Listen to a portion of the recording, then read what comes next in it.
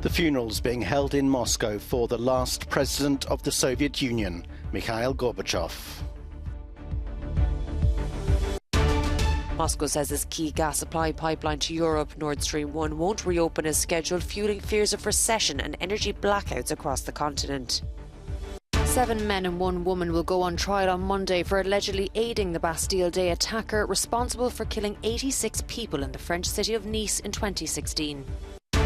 Millions of people in Pakistan are at risk of homelessness and waterborne diseases following widespread flooding as the international community rushes in to supply emergency relief.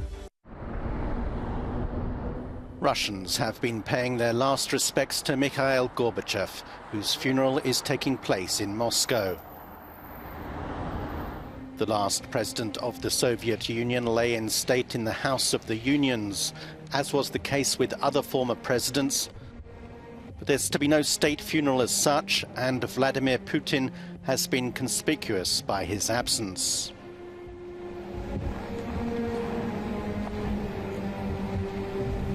Gorbachev's daughter Irina and granddaughters were present. He will be laid to rest in Moscow's Novodevichy cemetery alongside his wife Raisa, who died from cancer in 1999. Hungary's Prime Minister Viktor Orban is the only world leader expected to be present for the ceremony. It could be a dark, cold winter as Russian energy giant Gazprom cuts a major gas supply route to Europe. The Nord Stream 1 pipeline was due to reopen after 3 days of maintenance work. However, the company says the taps will remain off due to a technical issue. As the bloc scrambles to reduce its dependency on Russian energy, the Group of 7 have pledged to impose a price cap on Russian oil in a bid to limit the Kremlin's war chest. Germany's finance minister says this means that marine insurance for Russian oil exports can continue to be provided. But on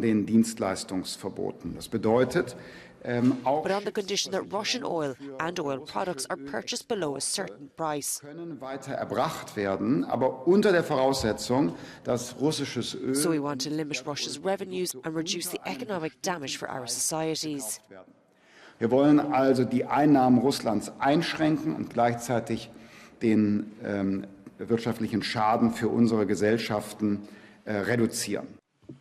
Commission President Ursula von der Leyen says Brussels must introduce its own measures as Moscow's assault on Ukraine continues.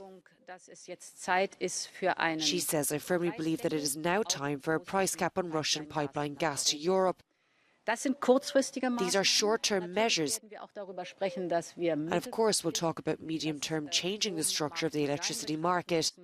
That is decoupling gas prices from the general electricity price.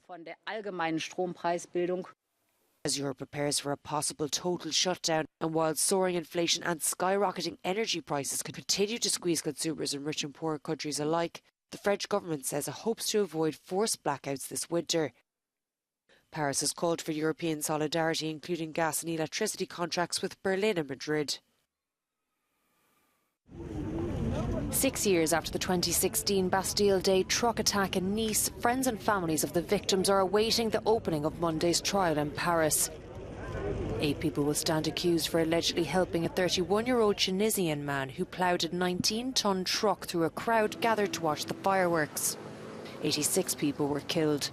This man lost his wife and the mother of his 2 young boys. We want, like everyone else, the truth and to know exactly what each person's point of view is, what their responsibilities are.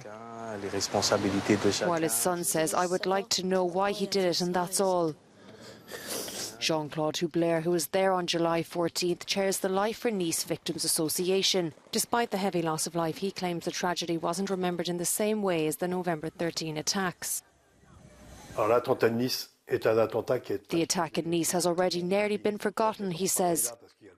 But people are going to talk about it now because the trial is going to start.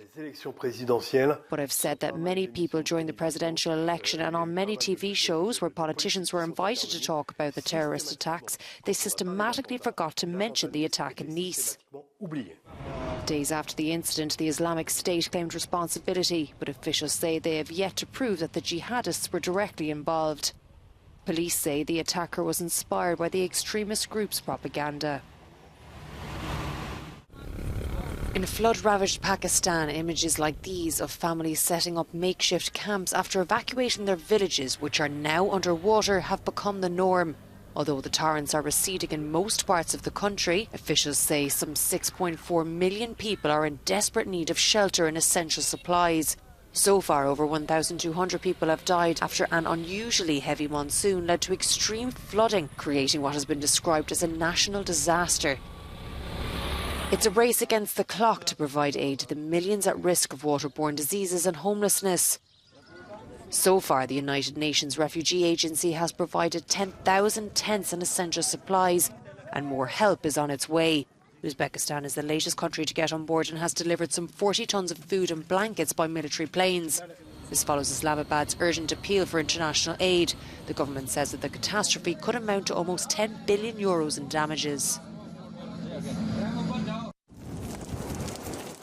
Thousands of Californians have been forced to flee their homes after a fire that broke out near a wood veneer factory spread across dry shrubland. As thick ash clouds plumed, residents of the town of Weed evacuated. Several people have been injured and an as yet unknown number of houses destroyed. In Los Angeles, meanwhile, with temperatures heading towards 43 degrees Celsius, special cooling centres have been set up in low-income areas for those without the means to cope with the heat. We don't have air conditioning at our house, says this resident. We only have a fan. So we come here because we can't stay at home. It needs to get to about 100, 105. Once that hits that peak, and we know it's hitting that peak because we're in communication with the National Weather Service, then the plans we have for adverse weather kick in and we begin rallying the troops, getting the supplies, making sure which centers can be open and that we have enough. The centres have been established in libraries, sports halls and residential buildings, offering shelter in air-conditioned rooms and cold drinks during the heat of the day. Pakistan isn't the only country grappling with the effects of heavy flooding. The US has a water crisis of its own. The National Guard is providing locals in Jackson, Mississippi with much-needed clean water and hand sanitizer. It comes as torrential rain wreaked havoc with the city's long-neglected water system, but the city's mayor says the situation is improving. I just want to give a brief update in terms of what we're seeing at the water treatment facility. The news has been positive, so we've had 2 consecutive days of gains. We're seeing recovery in many of the tanks. That does not mean by any stretch that all residents have pressure or water, but we are seeing the signs of recovery that we hope to see.